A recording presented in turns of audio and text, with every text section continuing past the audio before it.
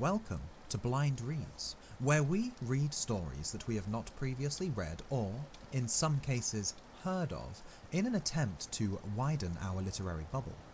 Today's story is The Adventures of Kintaro, the Golden Boy, authored by Sadanami Sanjin, translated by Yei Theodora Ozaki, and narrated by myself, Samuel Lawrence.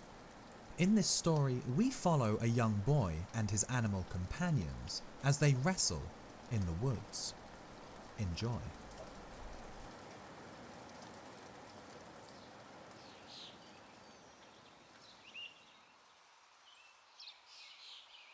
Long, long ago, there lived in Kyoto a brave soldier named Kintoki. Now, he fell in love with a beautiful lady and married her. Not long after this, through the malice of some of his friends, he fell into disgrace at court and was dismissed. This fortune so preyed upon his mind that he did not long survive his dismissal. He died, leaving behind him his beautiful young wife to face the world alone. Fearing her husband's enemies, she fled to the Ashigara mountains as soon as her husband was dead, and there in the lonely forests where no one ever came except woodcutters, a little boy was born to her. She called him Kintaro, or the Golden Boy. Now, the remarkable thing about this child was his great strength, and as he grew older, he grew stronger and stronger, so that by the time he was 8 years of age, he was able to cut down trees as quickly as the woodcutters.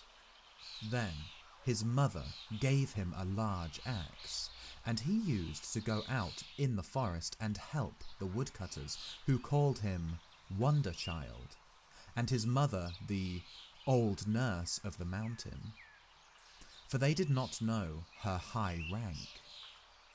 Another favourite pastime of Kintaro's was to smash up rocks and stones.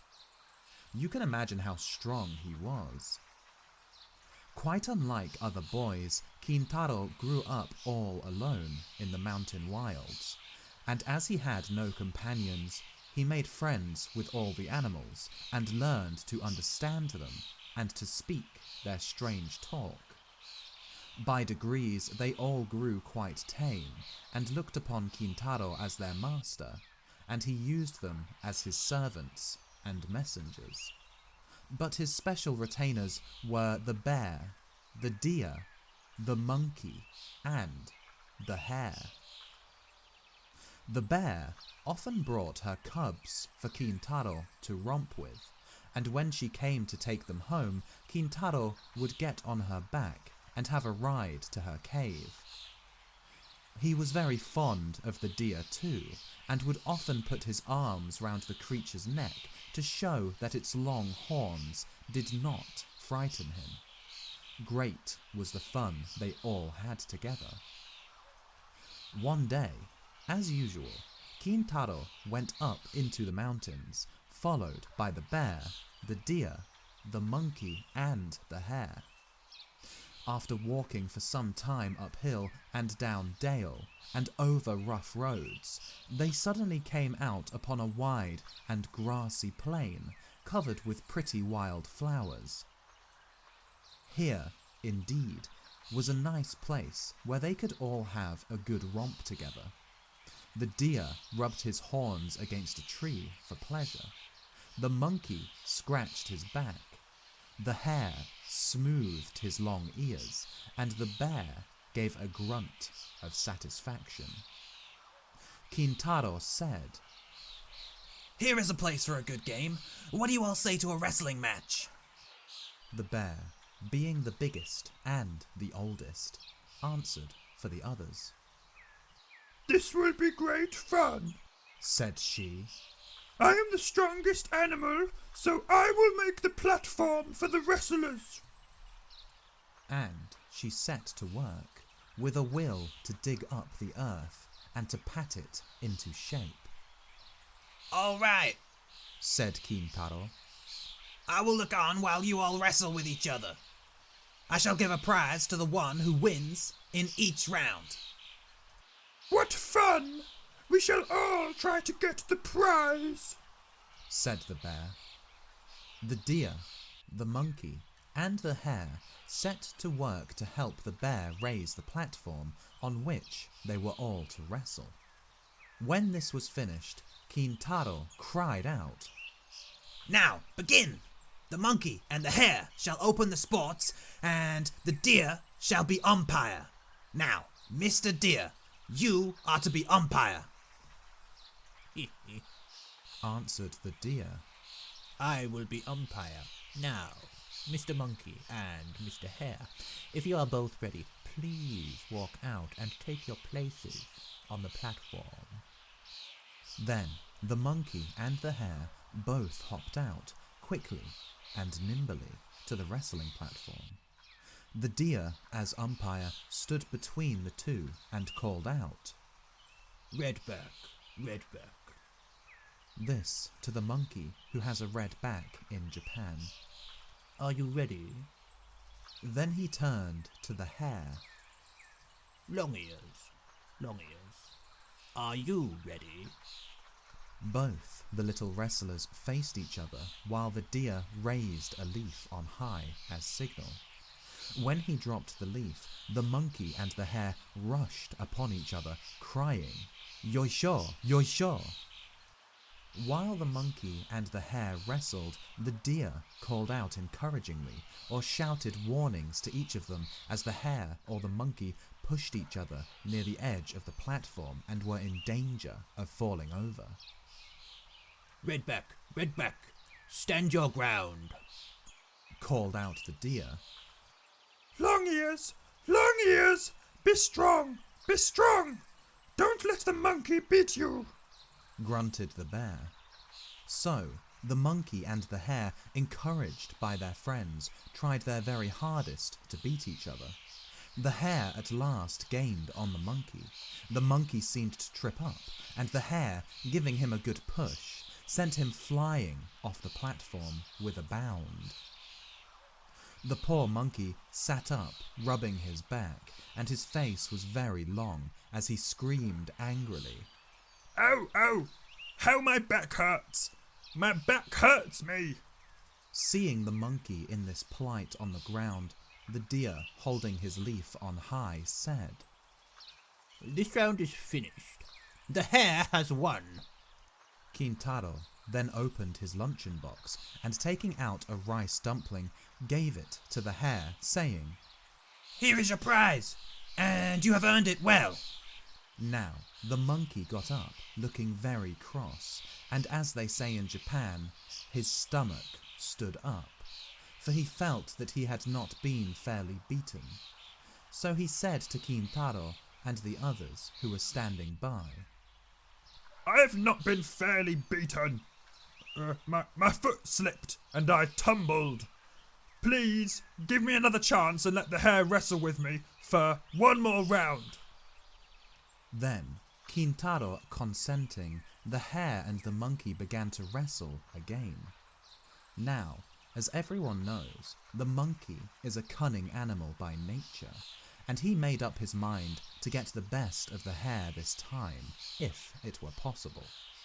To do this, he thought that the best and surest way would be to get hold of the hare's long ear. This he soon managed to do. The hare was quite thrown off his guard by the pain of having his long ear pulled so hard, and the monkey, seizing his opportunity at last, caught hold of one of the hare's legs and sent him sprawling in the middle of the day. The monkey was now the victor and received a rice dumpling from Kintaro, which pleased him so much that he quite forgot his sore back. The deer now came up and asked the hare if he felt ready for another round, and if so, whether he would try a round with him. And the hare consenting, they both stood up to wrestle. The bear came forward as umpire. the deer with long horns and the hare with long ears. It must have been an amusing sight to those who watched this queer match. Suddenly, the deer went down on one of his knees, and the bear with the leaf on high declared him beaten. In this way, sometimes the one, sometimes the other conquering, the little party amused themselves till they were tired. At last Kintaro got up and said, "This is enough for today. What a nice place we have found for wrestling. Let us come again tomorrow. Now, we will all go home. Come along." So saying, Kintaro led the way while the animals followed. After walking some little distance, they came out on the banks of a river flowing through the valley. Kintaro and his 4 furry friends stood and looked about for some means of crossing.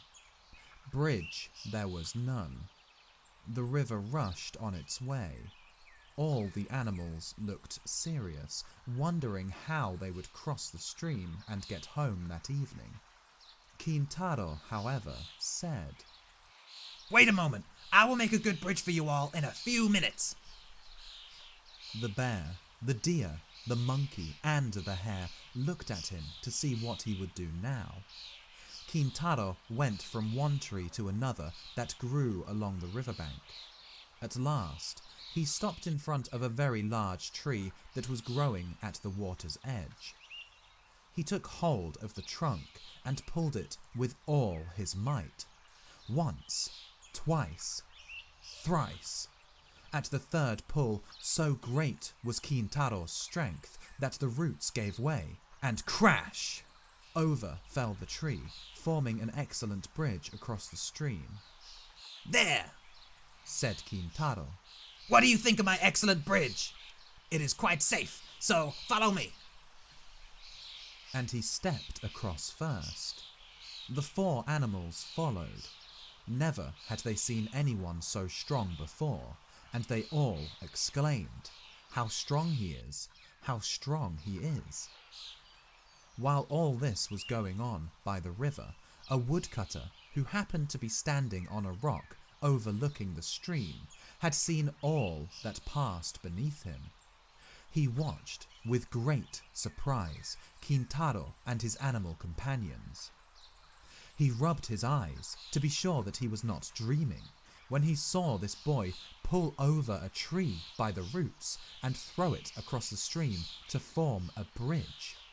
The woodcutter, for such he seemed to be by his dress, marvelled at all he saw, and said to himself, "This is no ordinary child. Whose son can he be? I will find out before this day is done." He hastened after the strange party and crossed the bridge behind them. Kintaro knew nothing of all this, and little guessed that he was being followed. On reaching the other side of the river, he and the animals separated. They to their lairs in the woods, and he to his mother, who was waiting for him.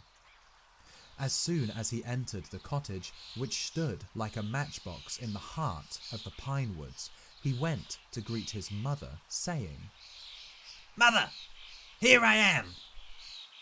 "Oh, Kimbo," said his mother with a bright smile, glad to see her boy home safe after a long day.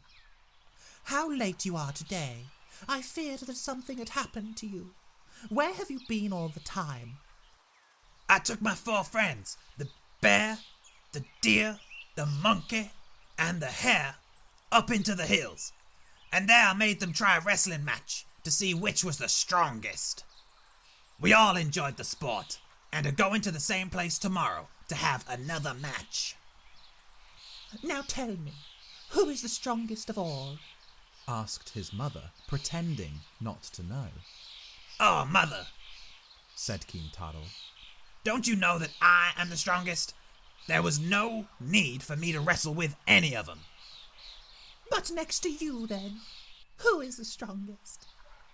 "The bear comes next to me in strength." answered Kintaro, "And after the bear?" asked his mother again.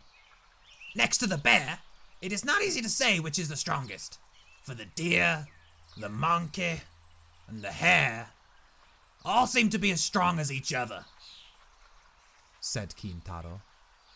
Suddenly, Kintaro and his mother were startled by a voice from outside. Listen to me, little boy. Next time you go, take this old man with you to the wrestling match. He would like to join the sport too. It was the old woodcutter who had followed Kintaro from the river. He slipped off his clogs and entered the cottage. Yama-uba and her son were both taken by surprise.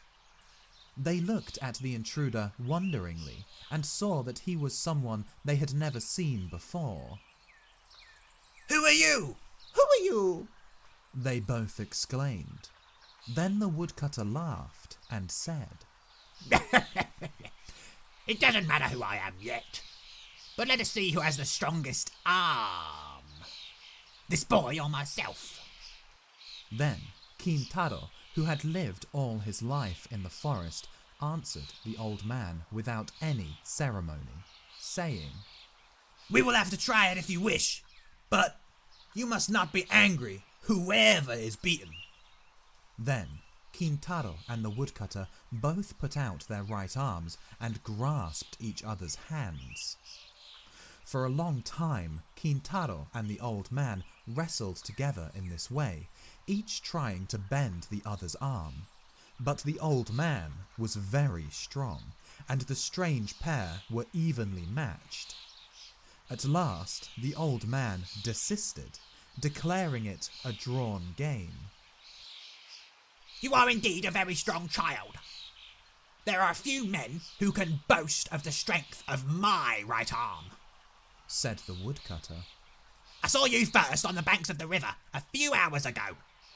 When you pulled up that large tree to make a bridge across the torrent, hardly able to believe what I saw, I followed you home. Your strength of arm, which I have just tried, proves what I saw this afternoon. When you are full grown, you will surely be the strongest man in all of Japan. It is a pity that you are hidden away in these wild mountains. Then he turned to Kintaro's mother. And you, mother, have you no thought of taking your child to the capital and of teaching him to carry a sword as befits a samurai? You are very kind to take so much interest in my son, replied the mother. But he is, as you see, wild and uneducated, and I fear it would be very difficult to do as you say. Because of his great strength, as an infant I hid him away in the unknown part of the country, for he hurt everyone that came near him.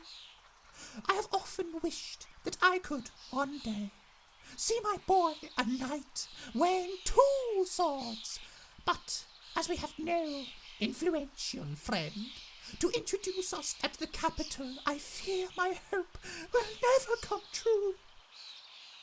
You need not trouble yourself about that. To tell you the truth, I am no woodcutter. I am one of the great generals of Japan.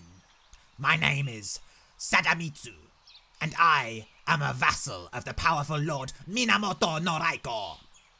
He ordered me to go round the country and look for boys who give promise of remarkable strength, so that they may be trained as soldiers for his army. I thought that I could best do this by assuming the disguise of a woodcutter. By good fortune, I have thus unexpectedly come across your son. Now, if you wish him to be a samurai, I will take him and present him to the Lord Raiko as a candidate for his service. What do you say to this? As the kind general gradually unfolded his plan, the mother's heart was filled with a great joy. She saw that here was a wonderful chance of the one wish of her life being fulfilled, that of seeing Kintaro a samurai before she died. Bowing her head to the ground, she replied, I will then entrust my son to you, if you really mean what you say. Kintaro had all this time been sitting by his mother's side, listening to what they said. When his mother finished speaking, he exclaimed, Oh, joy! Joy! I am to go with the general, and one day I shall be a samurai. Thus, Kintaro's fate was settled, and the general decided to start for the capital at once, taking Kintaro with him. It need hardly be said that Yama-uba was sad at parting with her boy, for he was all that was left to her. But she hid her grief with a strong face, as they say in Japan. She knew that it was for her boy's good that he should leave her now, and she must not discourage him just as he was setting out.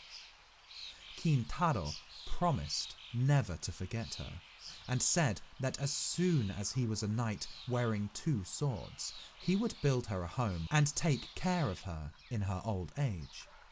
All the animals, those he had tamed to serve him, the bear, the deer, the monkey and the hare, as soon as they found out that he was going away, came to ask if they might attend him as usual. When they learned that he was going away for good, they followed him to the foot of the mountain to see him off. Kimbo, Said his mother, mind and be a good boy. Mr. Kintaro, said the faithful animals, we wish you good health on your travels. Then they all climbed a tree to see the last of him, and from that height they watched him and his shadow gradually grow smaller and smaller, till he was lost to sight. The general, Sadamitsu, went on his way rejoicing at having so unexpectedly found such a prodigy as Kintaro. Having arrived at their destination, the general took Kintaro at once to his lord, Minamoto no Raiko, and told him all about Kintaro, and how he had found the child. Lord Raiko was delighted with the story, and having commanded Kintaro to be brought to him, made him one of his vassals at once. Lord Raiko's army was famous for its band called the 4 Braves. These warriors were chosen by himself from amongst the bravest and strongest of his soldiers, and the small and well-picked band was distinguished throughout the whole of Japan for the dauntless courage of its men. When Kintaro grew up to be a man, his master made him the chief of the 4 Braves. He was by far the strongest of them all. Soon after this event, news was brought to the city that a cannibal monster had taken up his abode not far away, and that people were stricken with fear. Lord Raiko ordered Kintaro to the rescue. He immediately started off, delighted at the prospect of trying his sword. Surprising the monster in its den, he made short work of cutting off its great head, which he carried back in triumph to his master. Kintaro now rose to be the greatest hero of his country, and great was the power and honour and wealth that came to him. He now kept his promise and built a comfortable home for his old mother, who lived happily with him in the capital to the end of her days. Is not this the story of a great hero?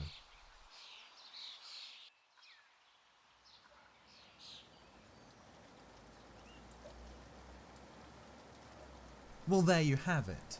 It seems that being born with an indomitable strength has led our golden boy to a fulfilling life. Let me know what you thought of the story below, and thank you for listening.